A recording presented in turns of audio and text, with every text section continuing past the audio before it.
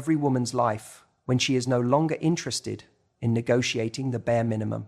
A moment when her silence becomes louder than her explanations, more deliberate than her pleas, and more powerful than her presence ever was when it was taken for granted.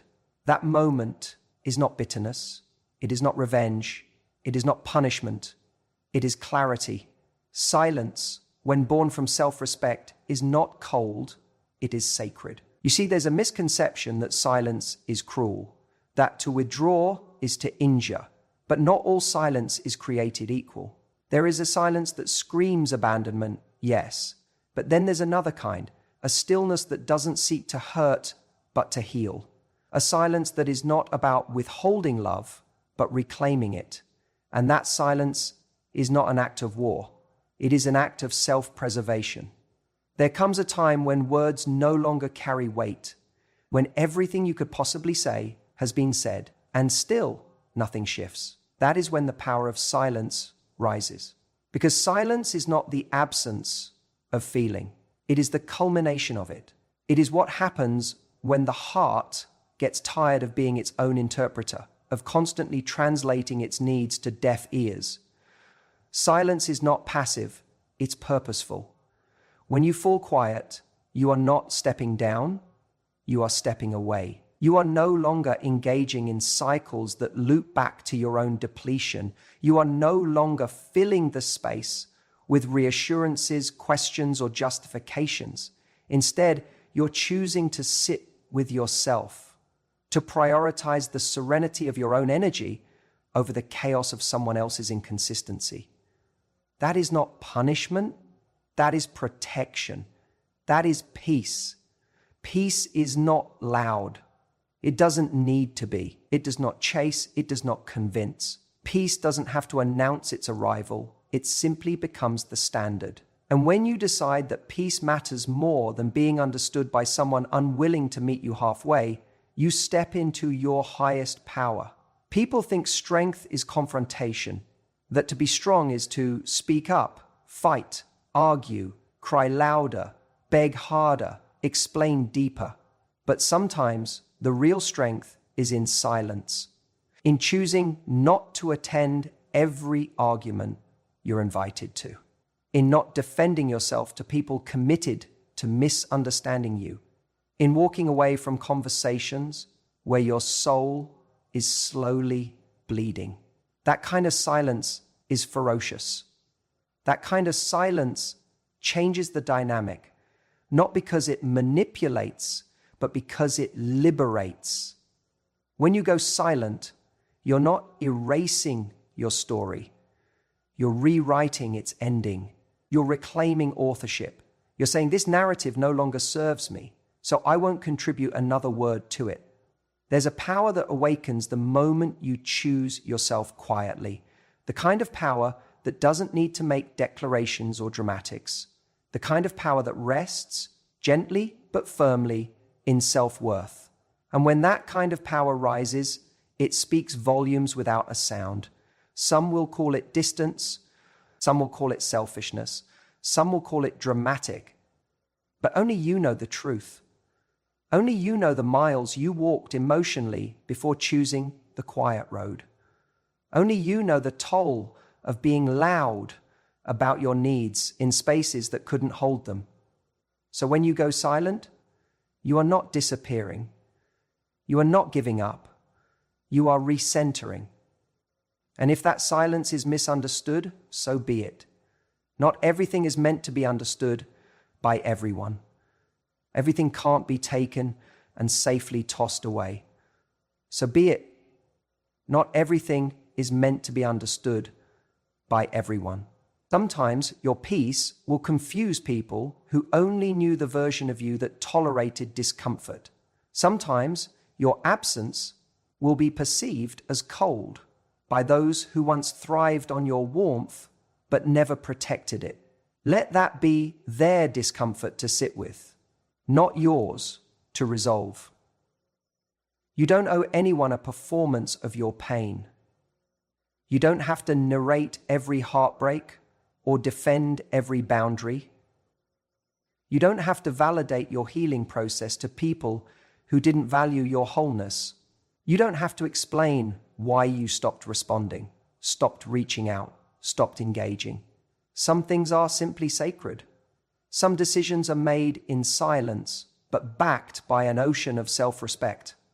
There is a version of you that tried, that gave, that compromised, that hoped, that stayed, that explained, that waited, that bent. That version of you was necessary for your evolution, but she is not required to stick around forever. Eventually, the version of you who is tired of her peace being optional will rise, and she will not raise her voice. She will not plead. She will not write another paragraph. She will simply fall silent. And that silence will not be empty.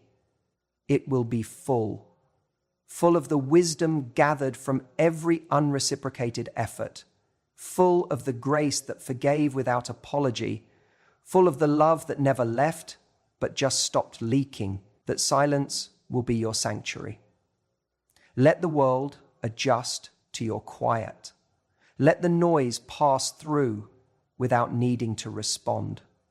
Let the echoes of your silence remind others that you are no longer accessible to chaos. Let your absence speak the truth your words were too gentle to deliver. Let your stillness be the statement: you don't need to warn anyone, you're done. You don't need to announce your peace. Peace doesn't knock, it doesn't scream, it doesn't post status updates. Peace just is. And when you embody it, truly embody it, the energy shift is undeniable. Suddenly, the patterns you once tolerated become foreign.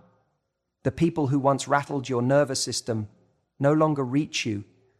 The triggers dissolve, the noise fades, and you finally hear the only voice that matters.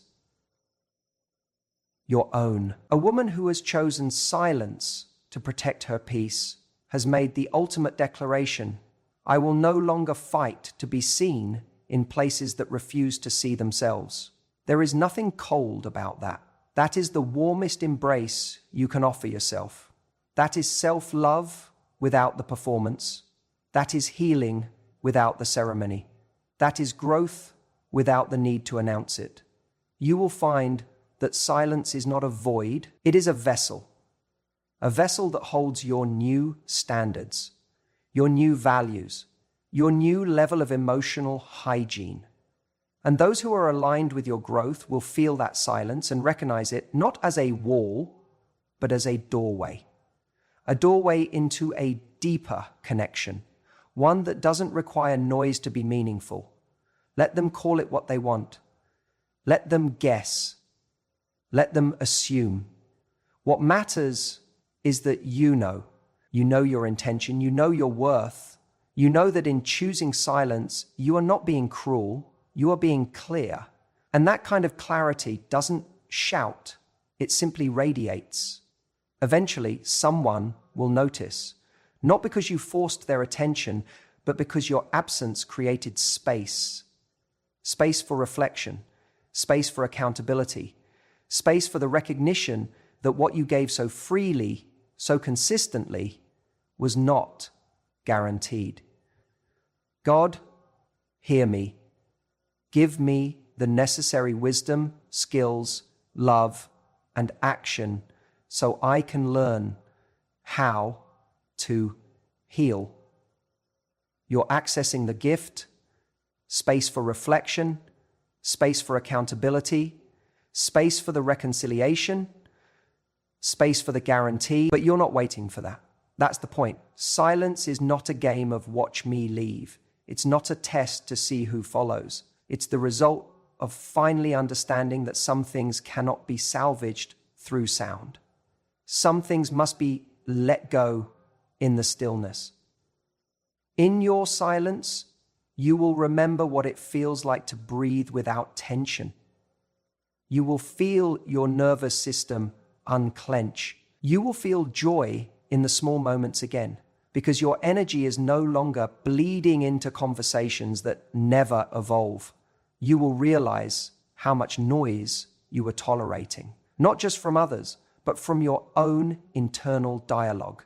The overthinking, the analysis, the wondering, the waiting, that too begins to dissolve in silence. Because silence invites presence, and presence is the antidote to anxiety. You don't have to explain your silence. It is not a language for everyone. It is the language of self-honoring, and only those who respect your stillness will ever deserve your sound again. When your silence is misunderstood, remember this: your job is not to be understood by those who were never listening in the first place. Your job is to listen to yourself now, to trust that your inner knowing led you here, not out of spite, but out of truth. You are allowed to change how you engage. You are allowed to evolve past the need to fill space. You are allowed to detach gracefully and completely. You are allowed to walk away without making noise. Because when the soul is tired, rest is not optional, it is vital. And silence is the first sound of healing. So let it be misunderstood. Let it be questioned. Let it be talked about. But most of all, let it protect you. Yeah. Because you are not punishing anyone by going quiet. You are not abandoning.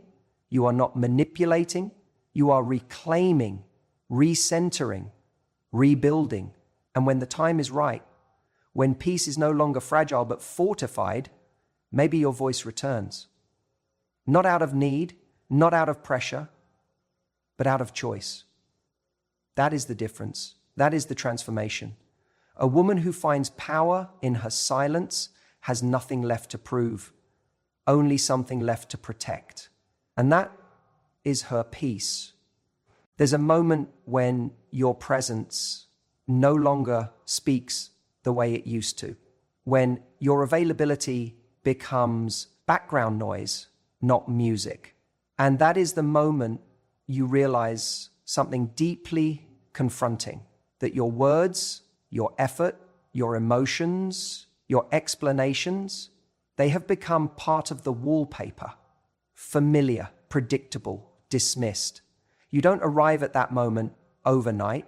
It comes slowly, like the erosion of a shore. You offer pieces of yourself, hoping someone sees the value. You stay just a little longer, thinking perhaps it's your timing. You explain yourself again and again, assuming maybe your words just weren't clear enough. You reach out, not because you're weak, but because your heart still believes connection is possible. Until finally, you wake up, not angry, not even hurt anymore, just done. There's a quiet kind of dignity that rises in the moment you decide that your presence will no longer be wasted in places where it is expected but not appreciated. It's not a loud exit. It's not a dramatic goodbye. It's not a long letter. It's not a final plea. It's simply absence. And make no mistake, absence has a language of its own. It speaks in echoes, in voids, in spaces that were once filled with your warmth, your effort, your consistency. Your absence says, I am no longer offering what you assumed would always be there. It whispers truths that your words never could. Because your absence cannot be interrupted, misinterpreted, or talked over. It simply is.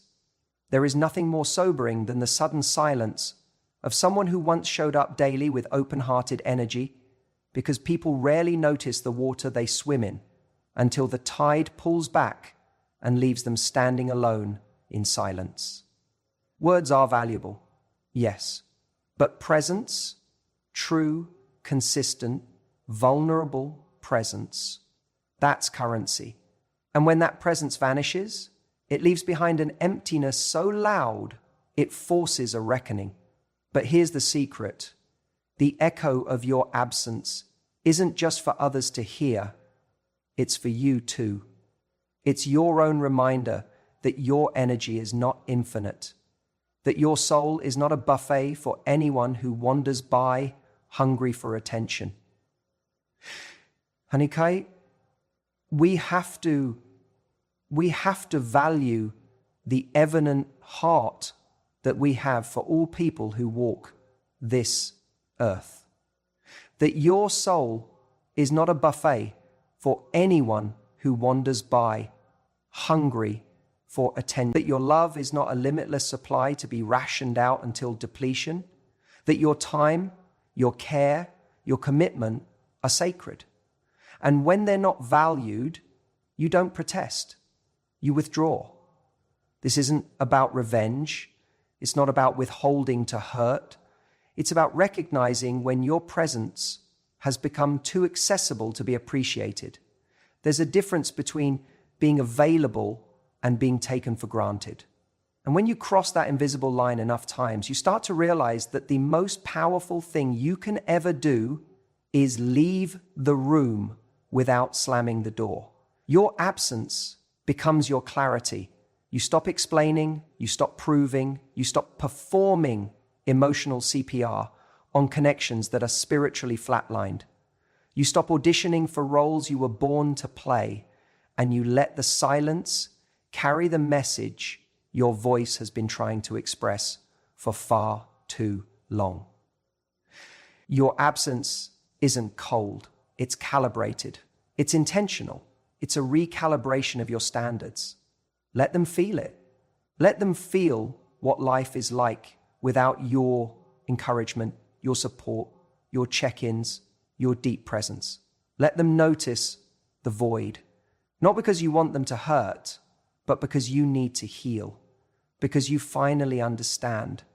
Being constantly available to those who don't cherish you is an act of self-abandonment. You emphasizing your self-abandon, and you are done abandoning yourself. You are done being the only one keeping the thread alive. You are done interpreting silence as a challenge. You are done over-delivering where there's under-investment. You are done waiting to be chosen when you should have walked away the moment your value had to be explained. Your absence is not about teaching a lesson. It's about reclaiming a life. Because here's the truth. When you're present in a situation that drains you, you shrink slowly, subtly, almost imperceptibly at first. You second-guess your instincts. You question your expectations. You water yourself down. And before long, you've become a shadow of the woman who used to walk into rooms with light in her eyes and peace in her spirit. But absence is the moment she returns. Absence is the beginning of restoration. You will find in that space you once filled so freely that you begin to hear your own voice again. Not the noise of trying to be understood, not the chaos of trying to be enough, just your voice, calm, clear, powerful. Not seeking permission, not asking to be seen, just being. That's where the healing begins. And that's when you realize your absence isn't a void. It's a mirror. It reflects everything your presence was holding up. And sometimes the reflection is uncomfortable for them, perhaps, but also for you, because now you have to face your own truth. The truth of how long you stayed hoping things would change. The truth of how much you gave without reciprocity. The truth of how long you kept talking when silence was what your soul was begging for. But don't run from that truth. Own it. Honor it. Let it guide you forward, not with resentment, but with wisdom. Because once you've experienced the power of your own absence, you start to protect your presence differently. You don't offer it recklessly. You don't throw it at people hoping they'll finally see you. You don't offer discounts on your dignity. You become selective. Not because you're guarded, but because you're grounded. You know what it costs to overextend. You know what it feels like to pour yourself out into someone else's emptiness and call it love. You know what it means to carry both sides of a connection while pretending you're not crumbling. So now, your presence becomes a privilege, not a default. And those who truly see you, who truly value you, they'll feel the absence and not panic, but act. They'll reflect, they'll rise, they'll recalibrate, not because you demanded it, but because the silence held up a mirror they couldn't avoid. But even if they don't, that's not your concern anymore. Your journey isn't about being missed. It's about being aligned. And sometimes the path to alignment begins with subtraction. You subtract your voice from rooms that don't listen. You subtract your effort from places that don't match it. You subtract your warmth from spaces that turn cold the moment you stop performing. And in that subtraction, you discover something extraordinary. Peace. Peace that doesn't need explanation. Peace that doesn't require permission. Peace that doesn't require permission. Peace that isn't negotiable. Your absence will echo not because you're gone, but because the version of you that allowed herself to be overlooked no longer exists. And what remains is not bitter, but better. Not hard, but healed. Not closed, but clear. You will walk into new spaces with a different frequency, one that says, I am not here to convince anyone of my worth. I am not here to prove I belong. I am not here to beg for connection. I am here to be met or to move on, because you now know the weight of your presence. You now understand that not everyone deserves access to your softness, your care, your emotional labor, that your energy is not a community resource, it's a sacred offering. Let your absence do the work your words no longer can. Let it speak in silences too loud to ignore. Let it echo not just in others' memories, but in your own transformation. You are no longer a woman who waits to be valued. You are a woman who walks in value, quietly, unapologetically, powerfully. And when you leave, it will not be with drama or desperation.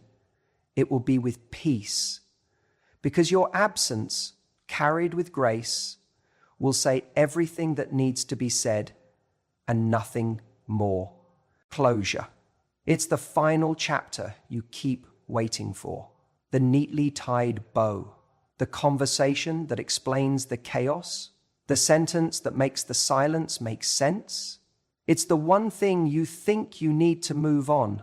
The permission slip for your healing. The validation that what you felt was real. The final word that settles everything spinning in your heart. But what if I told you the idea of closure, the way we've been taught to crave it, is a myth? The way we've been taught to crave it is a myth. What if closure doesn't come through dialogue, but through distance? What if you don't get closure from someone else at all because you become it? There is a moment in every woman's life where she realizes she has been sitting at a locked door, knocking gently, sometimes frantically, just hoping someone opens it and says what she needs to hear. But what she doesn't see, not at first, is that the key isn't on the other side. The key has always been in her hand. And that locked door, it's not a boundary, it's a mirror. You keep thinking if you could just understand why, you'd be able to breathe again.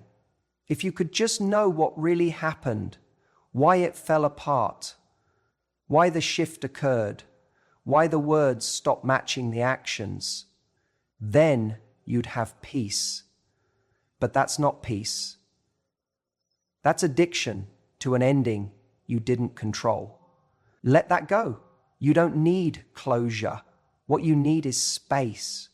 Enough space from the noise, from the push, pull, from the confusion, to finally hear yourself. You keep chasing closure like it's a door someone else is supposed to walk through, holding all the answers. But that chase is what's keeping you stuck. Because the truth is, if they could have given you peace, they would have. And if you have to beg for clarity, it's already contaminated.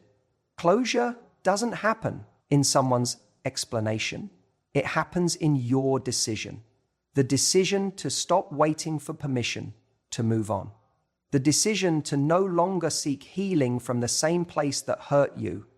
The decision to let the unanswered questions remain unanswered, because your peace doesn't hinge on someone else's emotional maturity. Closure is not a gift you receive. It's a boundary you build. It begins in the moment you stop reaching out, the moment you stop needing one more conversation to make it make sense, the moment you choose to sit with the pain instead of outsourcing it to someone else's understanding. That is where you begin to reclaim yourself, not through their words, but through your silence, not through their explanation, but through your evolution. You become your own closure. When you realize that not every story was meant to have a satisfying ending.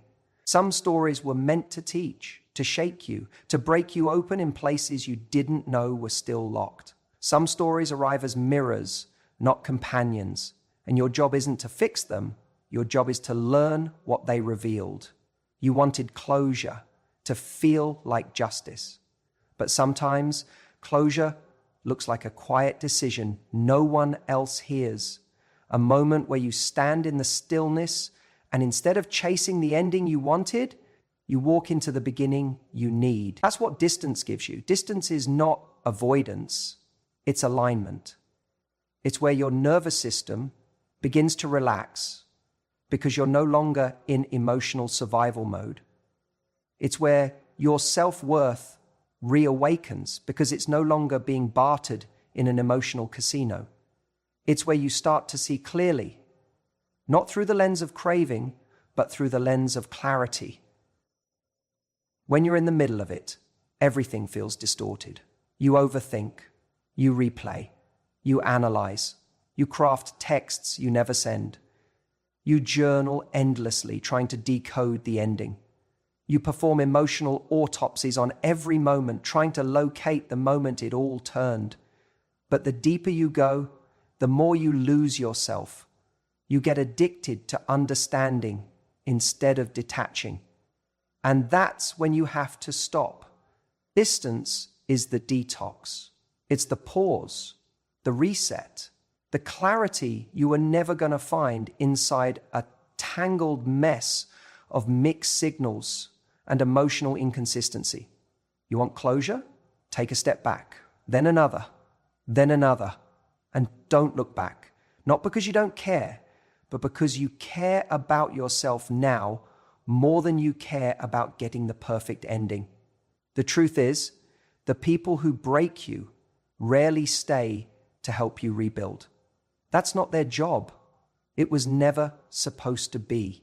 Healing was always going to be your journey, your power, your reclamation, and it begins when you stop trying to rewrite the last chapter and start writing a new one, even if the pen shakes. You're not broken because they never said goodbye properly. You're not broken because they didn't give you answers. You're heartbroken, but heartbroken is not your identity. It's a season, a powerful, transformative one. And if you choose it, if you stop resisting it, that heartbreak becomes your awakening. You start to realize that the closure you craved wasn't actually about them. It was about you wanting to feel worthy, you wanting to feel like you mattered, you wanting to feel seen, heard, chosen. But that's not their job anymore. It never truly was.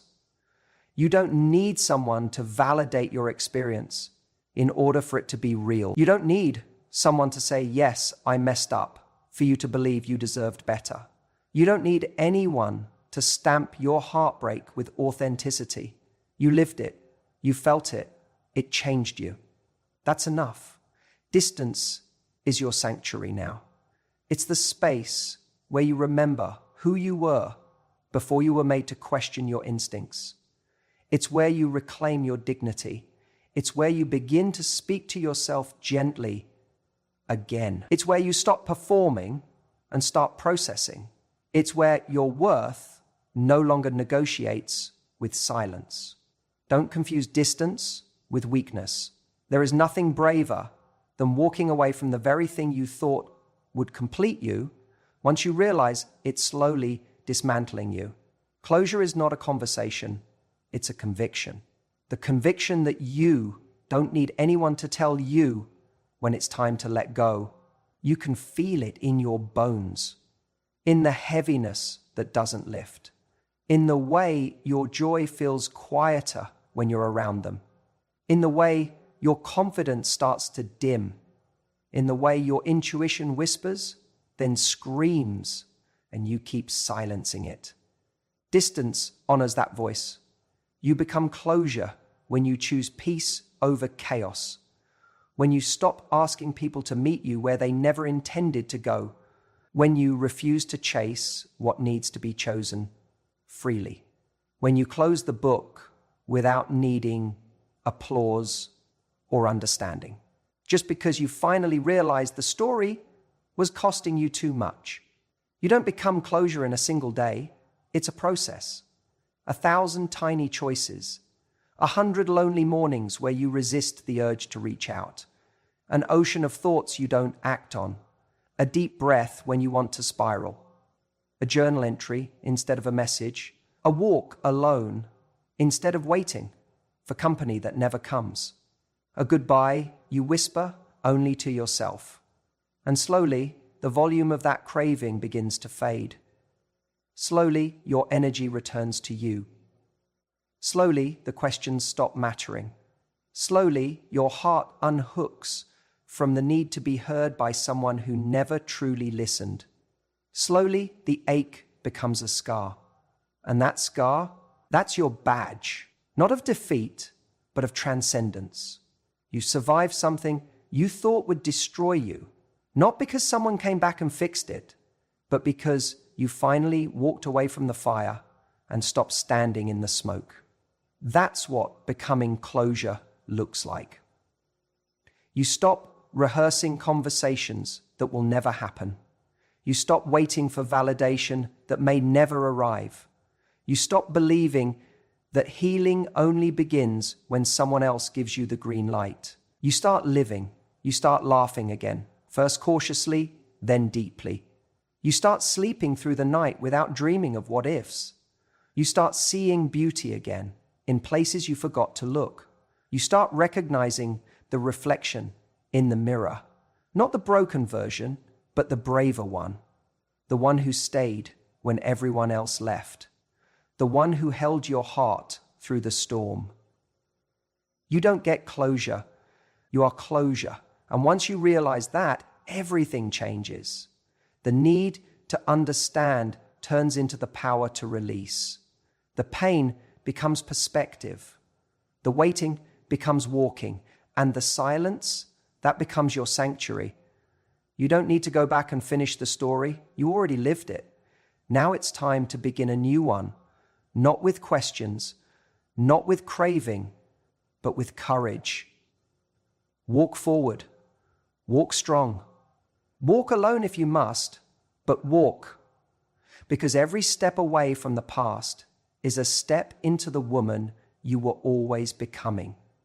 And she doesn't beg for closure anymore. She breathes it. Not every storm arrives with thunder. Not every ending needs fireworks. And not every departure requires an audience. Sometimes the most unforgettable moment is when a woman simply detaches. No explosions, no grand speech, no chaos, just quiet, deliberate distance. Not because she's weak, but because she's wise. Not because she's defeated, but because she's done. And that kind of detachment, that's the one people feel the deepest. Not in the moment it happens, but in every moment after. Because when a woman detaches without drama, she's not trying to prove a point, she's not trying to wound, she's not trying to win, She's not angling for sympathy or stirring guilt. She's simply choosing herself finally. And when she chooses herself in silence, that silence echoes in ways no words ever could. There is a unique power in a woman who no longer needs noise to communicate her worth. A woman who no longer argues, pleads, begs, or performs. A woman who's realized that her value isn't up for debate, and so she takes it off the table. You see, detachment is often misunderstood. People assume it means shutting down, giving up, growing cold. But real detachment, the kind that's unforgettable, is born from clarity, not cruelty.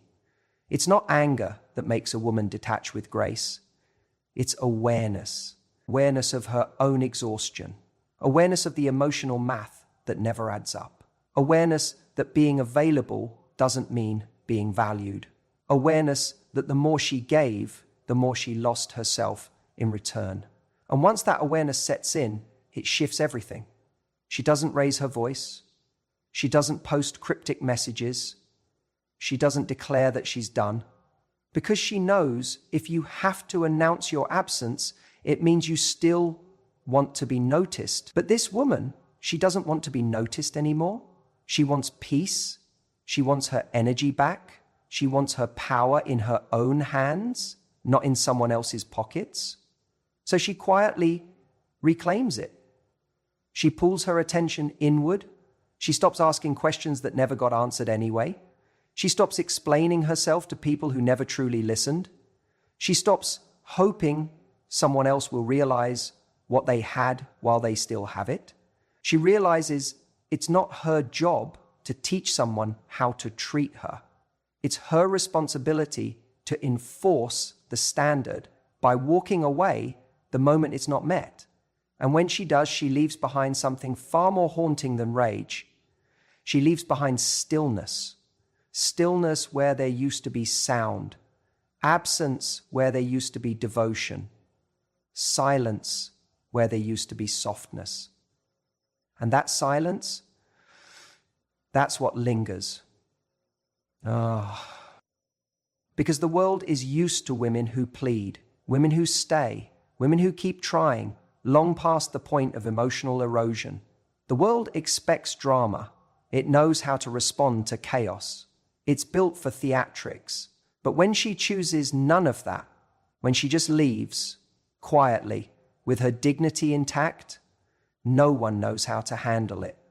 That's what makes her unforgettable. Not the drama she avoided, but the peace she protected.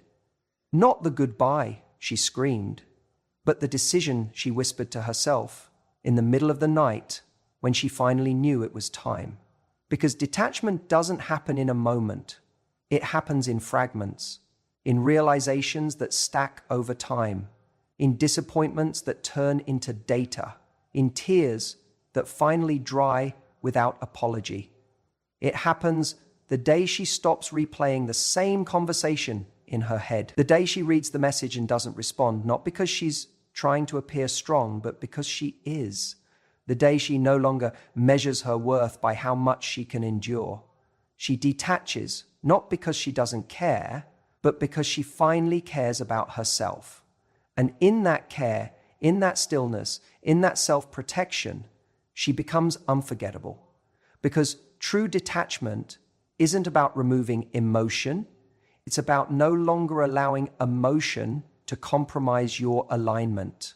It's about no longer handing your joy to someone else like a gift they never earned. It's about no longer sacrificing your peace to feed someone else's ego. It's about looking at your reflection and seeing someone you refuse to abandon again. That is unforgettable.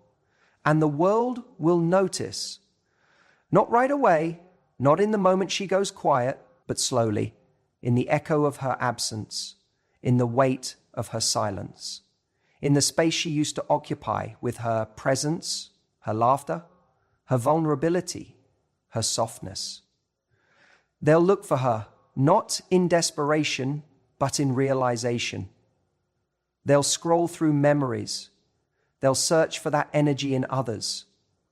They'll try to fill the void she left with noise, distractions, replacements. But nothing hits the same, because what she offered was never just attention, it was soul. And once you've tasted presence that deep, everything else feels like paper. It looks the same, but it doesn't hold the same. And she knows this now. That's why she doesn't chase. That's why she doesn't return. That's why she doesn't check in to see if her absence made a dent. She doesn't need to know, because detachment is not about waiting for someone else to recognize what they lost. It's about recognizing what you gained. You gained your voice back. You gained clarity. You gained energy that was once scattered and now lives fully in your own body. You gained mornings that feel like freedom instead of confusion. Nights that feel like rest instead of overthinking. A mind that no longer spins trying to decipher mixed signals. You gained you.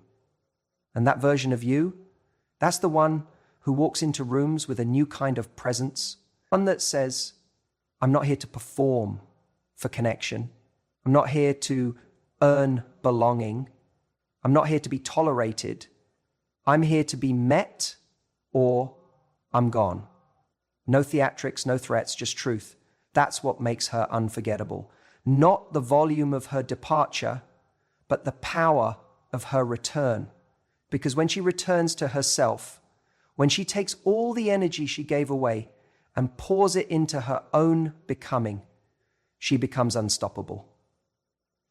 She becomes the kind of woman who's remembered not for how she clung, but for how she released. Not for how loudly she left, but for how peacefully she rose. Not for how much she gave, but for how wisely she began to give it. She becomes the standard that others measure against and rarely meet. Because once a woman learns how to detach without drama, she never returns to who she was. She knows too much. She knows too much. She's seen the truth behind the noise. She understands now that her power isn't in how much she can hold, but in how firmly she can let go. Let them wonder. Let them reach out into the void she left behind. Let them scroll back through the history and see all the moments she stayed when she should have walked. Let them replay the chances, the grace, the effort. Let them feel her absence. But she doesn't feel empty. She feels full of clarity, full of truth, full of power, full of the kind of self-respect that doesn't need validation. She walks differently now. She speaks differently now. She chooses differently now. Because detachment gave her back her discernment. And from this place, she builds something new. Something that doesn't require her to beg. Something that doesn't ask her to shrink. Something that doesn't come with conditions. But here's the part that no one tells you. Detachment doesn't mean you don't feel. It means you finally feel everything without dilution. You feel the ache. You feel the loss. You feel the mourning of potential. But you let it pass through you. You don't fight it. You don't resist it. You don't beg it to go away. You let it move until it moves you. And once you've been moved by truth, you can't go back to illusion. That's the gift of detachment. It doesn't leave you empty. It leaves you clean, cleansed of confusion, cleansed of doubt, cleansed of the version of you who kept breaking yourself to fit into a frame you outgrew. And what remains? Stillness, strength, serenity, the kind of quiet that isn't heavy, but holy. Because a woman who detaches without drama is not empty. She is evolved. She doesn't walk away in anger. She walks away in alignment. She doesn't chase. She attracts. She doesn't explain. She embodies. And that energy is unforgettable. Not because she wanted to leave an impression, but because she finally decided to stop leaving herself. And once she made that decision, everything changed. The energy shifted. The power returned. And the story ended not with a scream, but with a silence so pure, so profound, so final, it said everything, without a single word